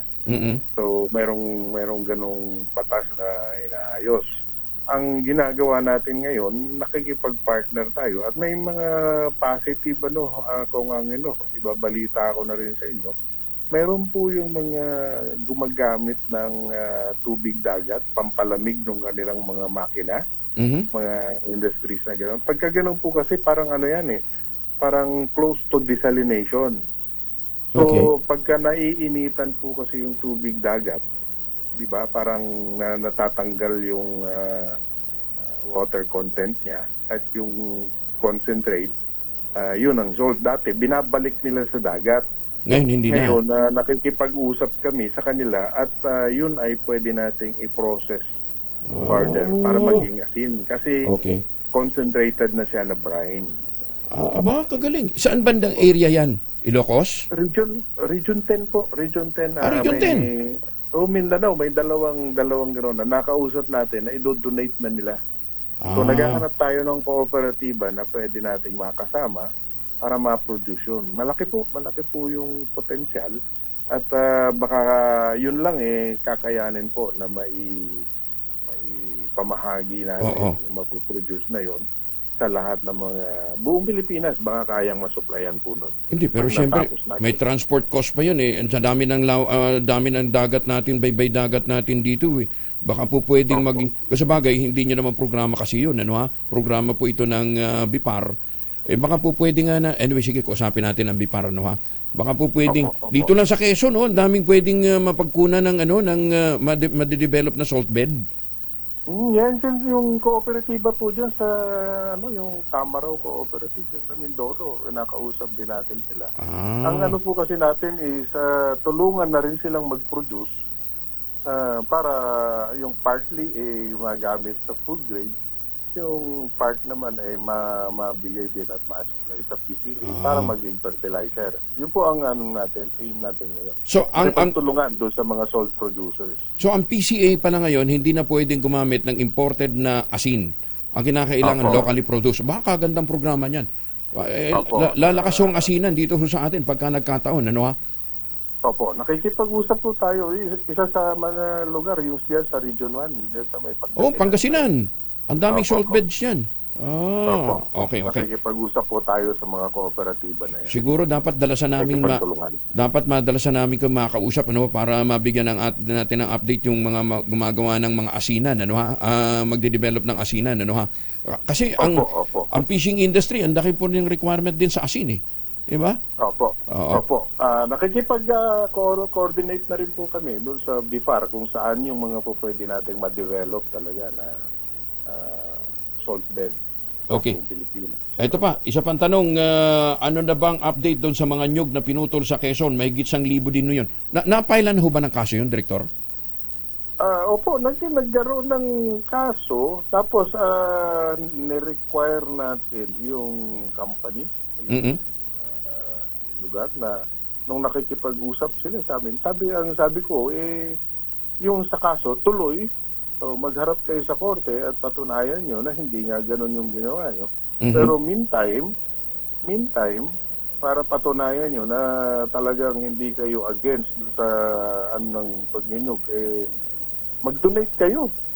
Kung kakayanin, mag-donate. Nung nakaraan pong itong Disyembre lang, bago mag-Disyembre, pumunta po ako sa San Narciso, Quezon mismo, at nag-donate po dun sa mayor, na dinistribute namin ng mayor, no? 8,000 puno ng nyug. Seedlings. Saan itatanim? 8,000 seedlings po. Saan itatanim? Yung mga farmers po doon, sa San Narciso mismo, nandun po, kaharap natin, kasama natin sila, at kasama natin yung ating provincial officer. Dinistribute po natin doon sa mga magniniyog. Okay. 8,000 po na puno. 8,000. Okay. Kaya lang, pero tuloy pa rin ho yung kaso dahil illegal. Nauna na yung krimen Nauna na yung pamumutol na walang permit Okay. Opo. Tuloy yung kaso, pero sabi ko palitan niyo yung pero tuloy yung kaso. Okay. So, Admin, yung judges na po ang mag-decide po nun. Admin, ito pang isang concern namin. Sa Mindanao ho kasi ngayon, meron hong mga LGU na gustong buwisan ang mga puno. Bahagi daw ho ito ng taxation para tumaas yung kanilang koleksyon ng amilyar. Mukhang kasama ho sa itatax, mga puno ng nyug. Sabi namin, teka muna, ang PCA namimigay ng libreng seedling, nagbibigay ng subsidy. Ito naman yung LGU, imbis na encourage ho yung mga magsasaka na magtanim ng nyug, itatax nila per puno. Hindi pa nga productive, itatax mo na. Makikiusap po tayo dyan sa mga LGUs na sana tulungan natin. Binubuhay nga natin yung ating coconut industry. So, dapat tulungan natin yung mga magsasaka. Pinakamahihirap po na magsasaka yung nasa coconut industry. Kaya nga pakikiusap po tayo kung saan man yung lugar na yan, mabanggit nyo sa amin at tayo makikipag-ugnayan kung Angelo. Opo. Kidapawan City, isa ho sa mga mainit ho yung discussion nila ngayon. Hindi lang naman nyug, lahat ng puno itatax nila kahit na bago pa mamunga. Sabi ko, teka muna, napaka-unfair naman yun, hindi pa namumunga yung puno, itatax mo na. Di ba? Opo, umasa po kayong makikipag-ano tayo. Magbibigay ako ng instruction doon sa regional manager natin na makipag-ugnayan doon sa local government. Ayan, At saka siguro, baka sa mga kababayan natin nakikinig ngayon, baka may mga kahalintulad na move dyan ho sa iba't ibang mga lugar, iparating nyo ho sa amin, nang sa gayon ma-relay din natin kay Admin Bernie, lalong-lalo na doon sa mga area na, sabagay, lahat naman ng bahagi ng Pilipinas, nyugan di ba?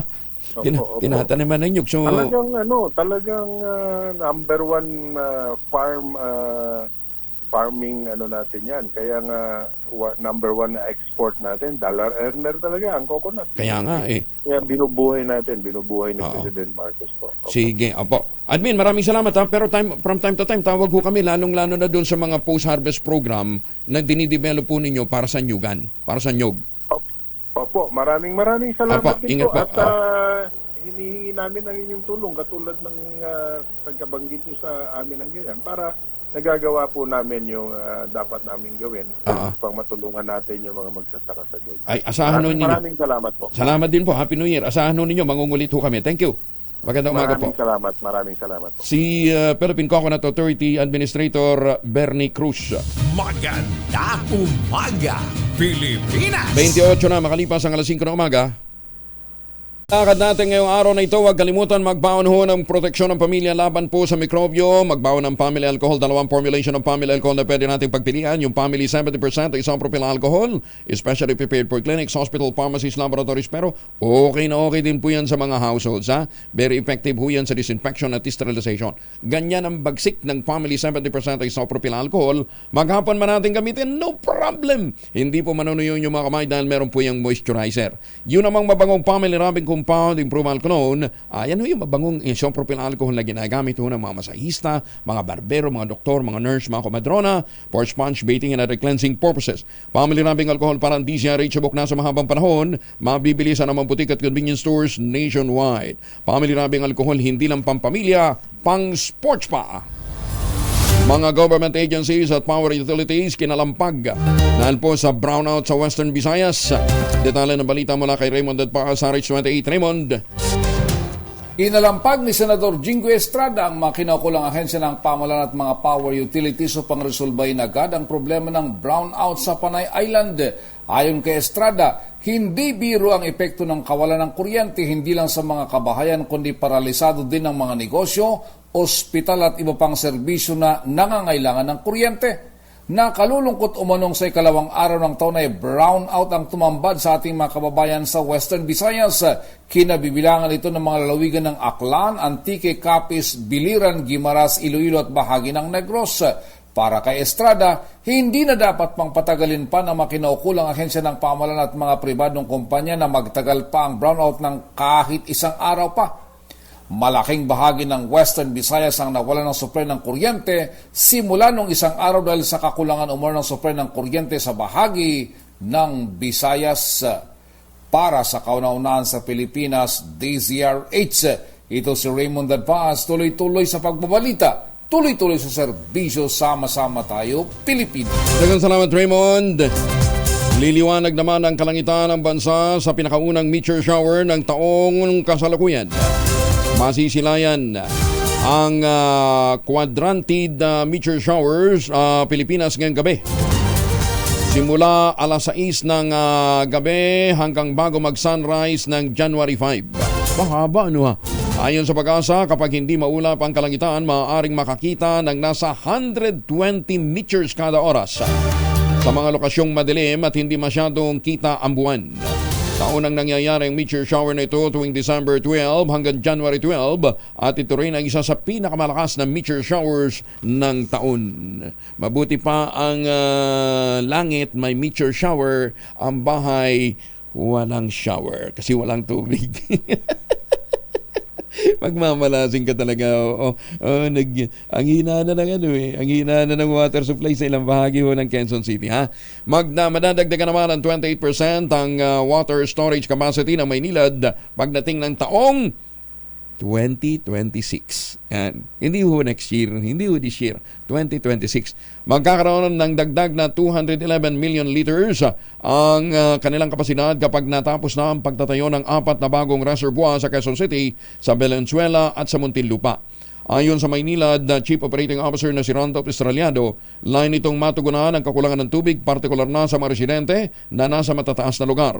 Kapag natapos ang proyekto, magkakaroon ng higit na 900 million na storage capacity ang Maynilad. Nananatiling mailap ang jackpot prize sa Grand Lotto 655 ng Philippine Charter Statistics Office matapos na walang manalo sa draw kagabi. Yan ay makarang lumabas sa winning combination ng 52, 04, 24, 42, 26 at 39. Bunso dito na inaasahang mas lalaki pa ang jackpot grand prize ng Lotto 655, aabot ng 589 million 77,000. Kalaki ha? Gaganapin ang susunod na bola ng Grand Lotto 655 sa Sabado, January 6, 2024. Ba? Malaking premyo ha, 589 million. Pwede nang pambili ho ng ano yan, ng ultabayo at saka ng... pero muli, wag natin kalimutan ha, ang mga magniniyog dyan po sa lalawigan ng Quezon ay hindi na lamang ordinaryong magniniyog ngayon, hindi na lamang nagpuproduce ng kopra, nagpuproduce na rin ho sila ng tsokolate.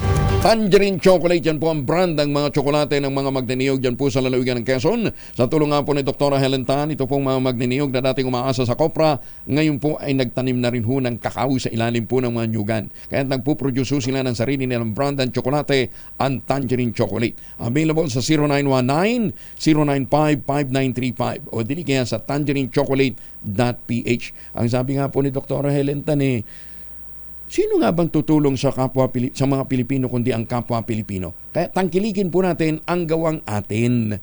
Yung pong mga raw materials na ginamit sa pagpoproduce ng tangerine chocolate, lalong-lalo na doon sa iba't ibang masasarap na variants, galing din po sa ani ng mga magsasaka. Tangerine chocolate, available sa 0919-095-5935. Ang sabi po ni Dr. Helen Tan, tangkilikin natin ang gawang atin. Magandang umaga, Pilipinas! Ika muna, kasama na natin si Major Joan Navarro, ang spokesperson ng PNP Region 10 dyan po sa Northern Mindanao. Alam ho ninyo, sipag din ng mga magnanakaw, ano ha? Hinukay yung ilalim ng drainage papunta dun sa food court ng mall. Major, magandang umaga po sa inyo. Yes, magandang umaga po kong Angel and mga listeners and viewers po ng DZRH. Ma'am, gaano kalayo, Major, yung drainage dun sa mall? Kung Angel, estimated po na mga 80 meters yung 80 meters plus, yes, yung from yung hinukay nila na drainage papunta sa mall, then yung papunta sa labas ng mall, then 20 meters from sa labas ng mall to patungong food court kasi sa kanal papunta yan sa parang Inburnal, drainage to Inburnal. Yun yung ginawang papasok po ng Major, matao yung lugar. Paano nila nagawang maghukay doon sa ilalim? Actually, Sir Kong, is yung hinukay lang nila na portion is yung papunta sa drainage. Then, pwede na silang, actually, naggawa tayo ng reconstruction of crime scene at nakita natin na makakapasok talaga yung tao. Okay. No, sa yung drainage. Then, after that drainage is, parang pumunta sila din sa Inburnal. Okay. So, yun yung actually, itong 5 na suspect na ito, Sir Kong, is, ito sila, nagtatrabaho sa isang perya. Mga peryante ito sila. Okay. Kaya, yung tinitingnan natin na anggulo, na alam naman natin pag perya, maingay po talaga yan. At then, yung time na ginawa nila yung krimen na yun, we believe na hindi lang yun during the New Year's Eve. Mga ilang araw? Mga ilang araw daw sila naghukay, Major? Actually, yung nag-start yung perya na mag-operate is in the first week of December. At tinitingnan po natin na maybe ilang araw talaga itong trinabaho. Meron pang ginagawang mga surveillance sa nasabing area kasi nakita natin na well-planned talaga yung execution nila. It's just nag-fail lang talaga sila yung sa pagpakas. And doon, yung nakita natin na after na binutas nila yung drainage, yun yung ginamit sila para talaga makapasok sa mall at binutas sila yung from that Inburnal, meron silang ginawang butas galing sa baba pataas at yun na yung ground floor ng nasabing mall at dun sila pumasok at yun na nga giniba nila yung isang jewelry shop, isang jewelry store at isang ATM. Sabi nyo, nung patakas na sila, saka sila nahuli. Paano ho sila nahuli, Major? Actually, after the incident, nagsagawa po ng investigation yung mga investigator natin sa mga residente. At yung area na yun, Sir Kong, is katabi lang ng yung mall. At pumunta yung mga kapulisan natin doon, nagsagawa ng mga interview sa random lahat ng mga residente. At yung compound na yun, yung sa perya, nagsagawa sila doon. At meron silang natanong na isang tao at yung taong yun during the course of interview nagpaalam na nagpe-personal necessity. Then after that, tumakbo yung tao. Tumakbo. Then yun na yung time na yun na kinase din siya ng ating kapulisan at yun nadakip. At that time no, na parang hindi na siguro niya na ano yung kabas na nararamdaman. O nervous na. So, meron na siyang mga information na binibigay sa ating kapulisan at doon na nga tinuro na niya yung mga kasamahan din niya. Na-recover lahat yung yung alahas na kinuha? Actually, sir, kung yun pa rin yung sentro ng follow-up operation po natin sa ngayon kasi ang na-recover lang natin sa area kung saan nag-reside itong mga suspect. Meron tayong na-recover na mga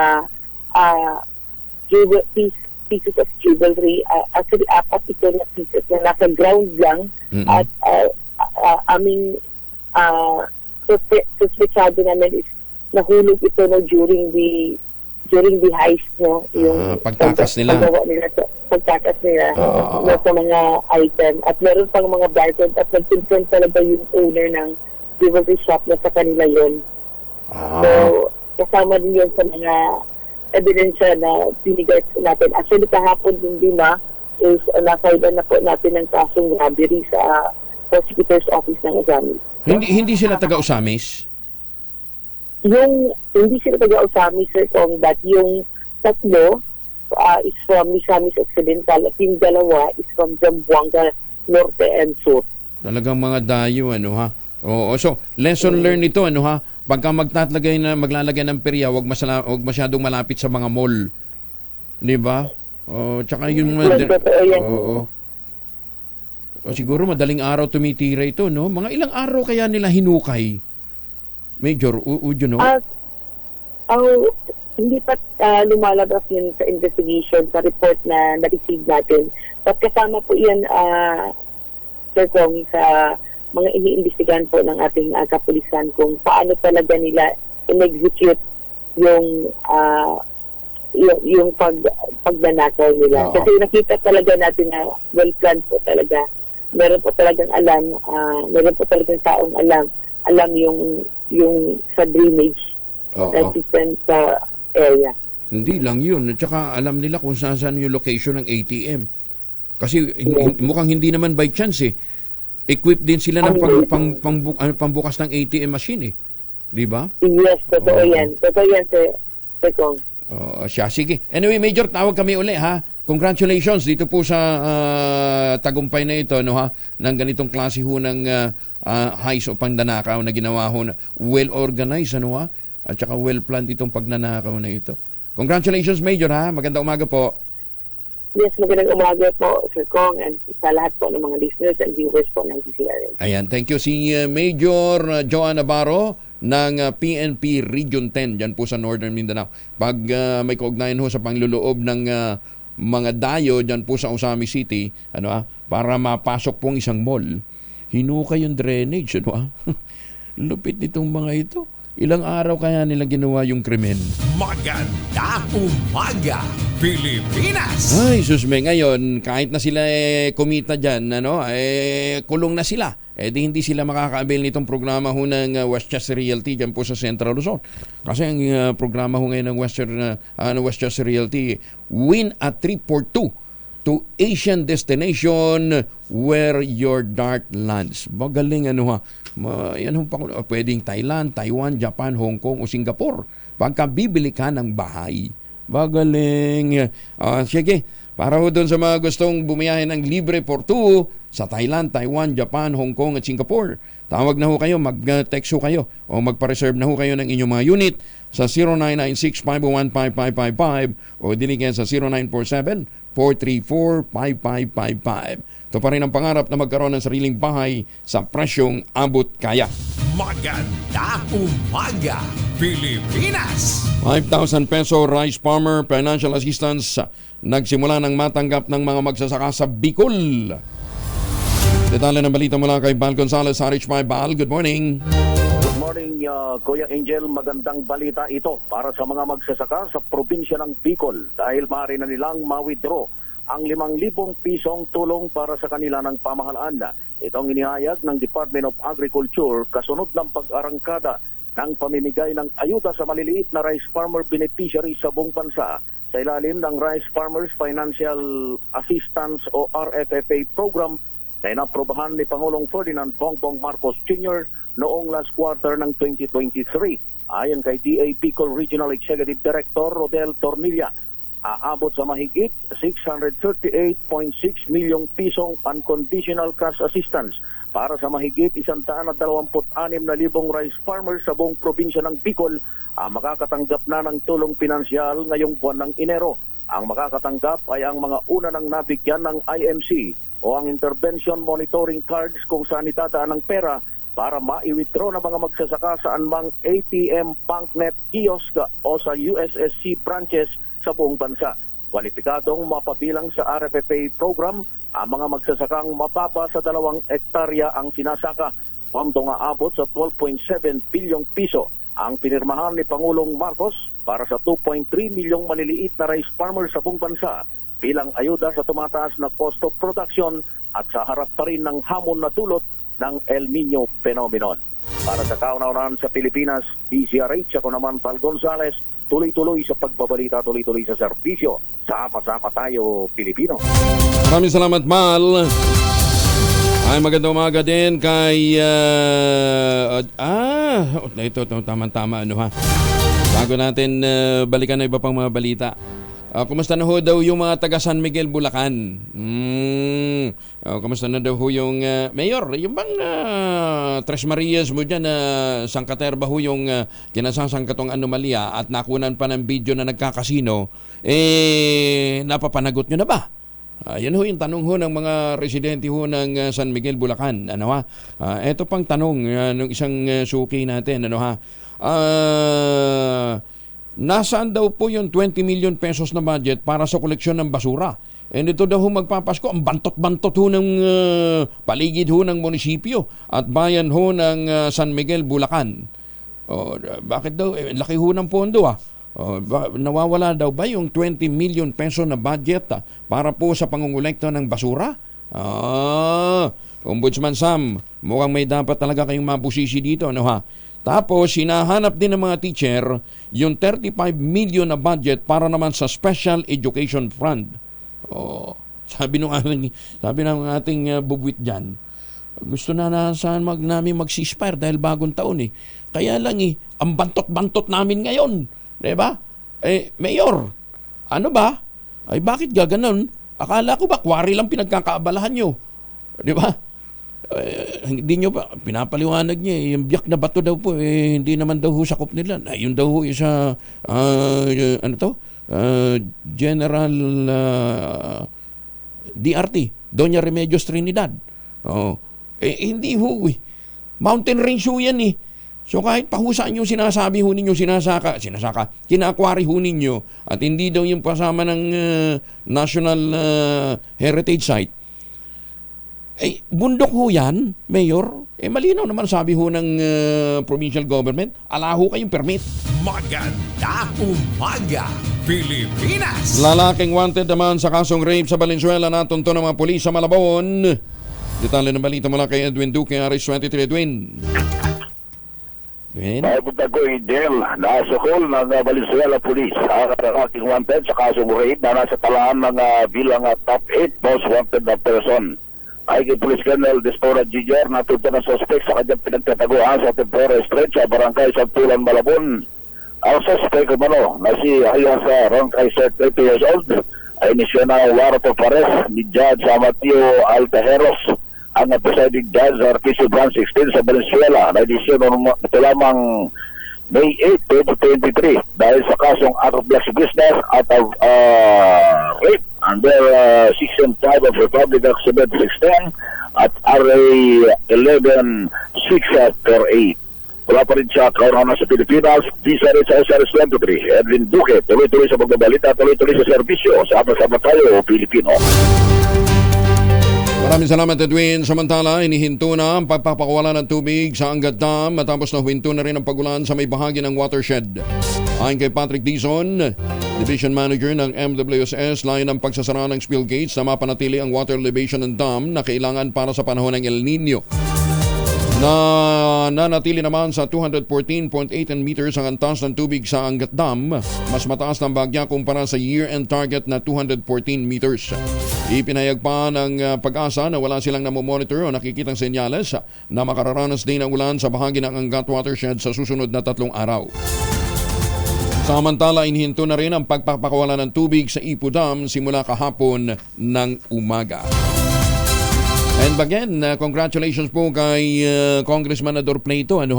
Punusin yung pinasimulang inisyatibo na maibalik ho ang sigla ng ating mga watershed sa pamamagitan ng pagtatanim ho ng kawayan. Diyan po sa Santa Maria, sa Angat at sa Norsagaray. Yan, dapat ganyan ho yung mga programa. Sa halip na kalbuhin ho ninyo at patagin ho ninyo ang mga bundok, dapat pangalagaan ho natin ang bundok. Sinasabi ho nung mayor ho ng San Miguel, anong flooding? Ha? Walang kinalaman daw ho yung pagkakwari niya dyan sa flooding. Mayor, kayo magpaliwanag sa mga kababayan ho ninyong nagrereklamo dahil ho dito sa pagkalubog ng kanilang mga lugar kapag umuulan. Pero higit sa lahat yung pagkasira ng mga daan. Diba? Dahil ho sa pagdaan ng mga truck na ang bibigat, sabi nga nila, para daw nagmisto lang parang yung gera sa Ukraine. Hila-hilera yung mga sasakyan na gano'n. Lupit Nagparamdam ang China sa isinagawang Joint Maritime Patrol ng Philippine Navy at ng Estados Unidos sa West Philippine Sea. Buong araw sinabayan ng 2 warship ng China ang 3 barko ng Philippine Navy na BRP Ramon Alcaraz, BRP Gregorio del Pilar at BRP Davao del Sur na sumalubong sa mga barko ng Amerika. Ayon kay Lieutenant Commander Christopher Calvo, Acting Commanding Officer ng BRP Ramon Alcaraz, 5 beses silang nag-issue ng radio challenge sa mga barko ng China, ngunit wala silang natanggap na sanggot. Natukoy naman ng Philippine Navy ang 2 Chinese warship na bubuntot sa kanila. Kinabibilangan ito ng Hefei 174, isang missile destroyer at ang frigate na Huangshan 570. Ganman, hindi nakaapekto sa aktibidad ng Pilipinas at ng Amerika sa West Philippine Sea ang ginawang pagbuntot sa kanila ng Chinese warship. Una din tinawag ng Beijing na extremely dangerous ang umano'y provocation at harassment na ginagawa ng Pilipinas sa mga barko ng China na posibleng umanong maghatid ng panganib sa regional peace at stability sa South China Sea. Tayo pa nambubuli Hindi talaga nila makakita. Ay, susumi Ginoo. Ano ba naman yan? 7 minuto na lamang bago ho mag-alas 6 na umaga. Baka hirap po talaga kayong gumising. Kinakailangan hununin natin siguro ng postbiotic food supplement. Ayan. Ang kauna-unahang postbiotic food supplement po sa Pilipinas na rehistrado sa Food and Drug Administration at rekomendado ng mga doktor ay ang Ultabio. Ano nga ba ang ginagawa ho ng Ultabio? Ang ginagawa ho ng Ultabio, pag pumapasok po sa ating katawan, ina-activate po yung commander ng ating immune system para po utusan yung sistema na labanan ang mga sakit at impeksyon at nakatutulong rin ito para magkaroon tayo ng magandang tulog. Ayan, para may sapat na lakas kinabukasan. Kaya nga po, nire-recommenda po ito ng mga doktor, lalong-lalo na sa mga medyo nagkakaedad na at talagang kapos na ho sa pagtugon sa sapat na oras ho ng tulog. Ayan. Pero hindi ito katuwiran para magpuyat kayo pero siguro kung mag-i-exam ka, ang sabi ho sa atin ng mga nakausap po natin, ang pinakamaganda, matulog ka muna, kung mag-aaral ka, kung may exam, matulog ka muna, bago ka matulog, uminom ka ng 2 kapsula ng Ultabio para kinabukasan, pag nag-review ka, nag-research ka, mas marami ang iyong nare-retain na mga impormasyon. Ayan. Para malabanan ho natin ang mga stress o stresses sa ating buhay. Sa panahon ng pagbabago ng panahon, stressful na buhay, kailangan natin ng kaagapay. Yan nga po ang Ultabio. Available sa Mercury Drug Stores dito po sa Metro Manila at sa maraming panig pa ho ng Kapuluan. At sa Zamboanga City ho naman sa John's Pharmacy, sa San Pedro Laguna sa Pasmed Pharmacy at Amesco Drug sa Davao at Cotabato. Ayan, Pero kung may mga concerns po kayo po, pwede kayo mag-text sa 0917-110-6580. May nakastambay na pong mga health experts.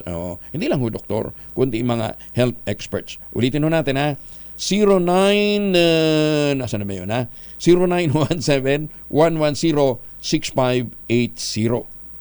Balita, bagong impormasyon kasama si Kuya Angelo Palmones. Magandang umaga, Pilipinas! Dumudulog naman sa Korte Suprema si Senator Coco Pimentel upang maghain ng petisyon na kumikustyon sa 2024 national budget. Partikular na magiging target ng petisyon ni Pimentel ang kanyang isiningit na pondo na labag umuno sa saligang batas. Tinukoy ng Senate Minority Leader ang 731 billion pesos na insertion na kumakatawan sa tinatawag na unprogrammed funds. Ipinaliwanag ni Pimentel, may kapangyarihan ng Kongreso na panatilihin o bawasan ang panukalang budget, sumalit hindi dapat na kinakargahan na nakapaloob sa National Expenditure Program. Ayun. NTF-ELCA kinikwestiyon naman ang sinseridad ng CPP-NPA sa exploratory talks. Detalye ng balita mula kay Jel Parosa, RH52. Jel. Good morning, Kuya Angel. Kinwestiyon ng National Task Force to End Local Communist Armed Conflict ang sinseridad ng Communist Party of the Philippines sa isinasagawang exploratory talks para sa usaping pangkapayapaan. Ito matapos ipanawagan mismo ng CPP ang Third Rectification Movement na humihimok sa New People's Army para paigtingin ang tinawag nitong protracted People's War laban sa gobyerno. Sa isang pahayag, hinimok na NTF-ELCA ang publiko na pag-aralan at maingat o maging maingat sa intensyon ng CPP-NPA na magbalik sa peace talks. Binigyang diin kasi the National Security Council Jonathan Malaya na hindi dapat ipagkibit-balikat ang anniversary statement ng CPP-NPA nito lamang Disyembre. Laman ang nasabing pahayag. Taliwas ito sa umiiral na exploratory talks sa peace talks na ang target ay mahintulang madugong bakbakan kaya pilit ay binabalik ng pamahalaan. Nauna rito, pinulak na Armed Forces of the Philippines wala nang aktibong guerrilla front ng NPA matapos mapulbos ang 8 sa mga ito taong 2023. Para sa kauna-unahan sa Pilipinas, Major H. Ito si Edniel Parrosa. Tuloy-tuloy sa pagbabalita, tuloy-tuloy sa serbisyo. Sama-sama tayo, Pilipino. Maraming salamat, Edniel. At susunod na 2x2 at ang ACS Balita.